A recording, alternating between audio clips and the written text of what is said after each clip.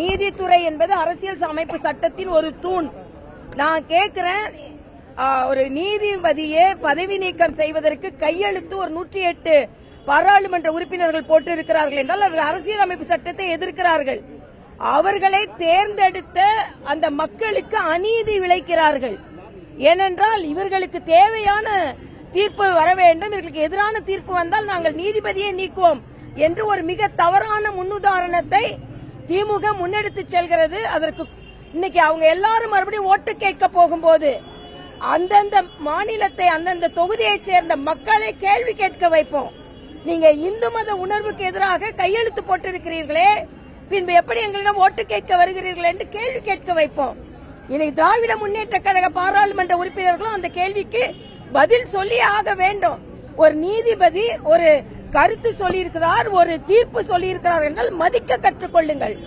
அதனால திமுக கொள்கையை அவர் பேச முடியும், அவர் நீதித்துறையை தான் சொல்ல முடியும். ஆக ஒரு நீதிமன்றத்தையே அவமதிக்கும் திராவிட முன்னேற்ற கழகத்தின் போக்கை நான் வன்மையாக கண்டிக்கிறேன். அவங்களுக்கு கையெழுத்து போட்டவர்கள் எந்த இந்து மத உணர்வோடு இருக்கின்ற மக்களிடம் தேர்ந்தெடுக்கப்பட்டவர்கள், அவர்கள் எப்படி அதற்கு கையெழுத்து போட்டாங்க? அதனால வருங்காலத்தில் அவர்கள் தொகுதி மக்களுக்கு அவர்கள் பதில் சொல்ல வேண்டும்.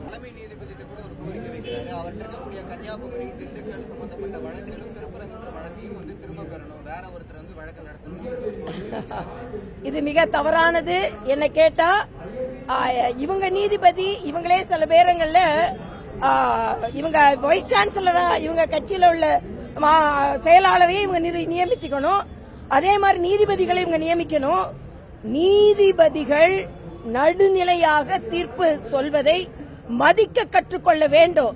மரியாதைக்குரிய ஜஸ்டிஸ் சாமிநாதன் அவர்களை தனிப்பட்ட முறையில் தாக்குவதை நான் வன்மையாக கண்டிக்கிறேன். அவரோட ஜாதியை பத்தி வன்மையாக தாக்குவதை வன்மையாக கண்டிக்கிறேன். இங்கே கூட நான் சொன்னேன், பாரதியாரின் ஜதியை யாரும் பார்க்கல, ஜாதியை பார்த்தாங்க.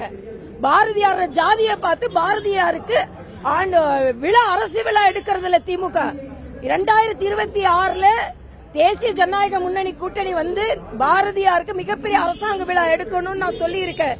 அதனால எல்லா இடத்திலையும் ஜாதியை பார்த்து இவர்கள் அரசியல் செய்கிறார்கள். இதை வன்மையாக கண்டிக்கிற.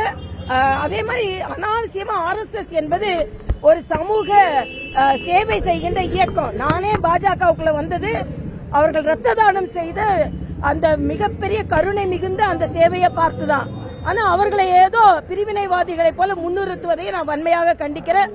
RSS 100வது ஆண்டு விழா, இந்த ஆண்டு விழாவில் அது எவ்வளவு பெரிய சேவையை செய்திருக்கிறது என்று நாட்டு மக்களுக்கு எடுத்துச் சொல்லுகின்ற பணியை நாங்கள் எல்லாம் செய்து வருகிறோம்.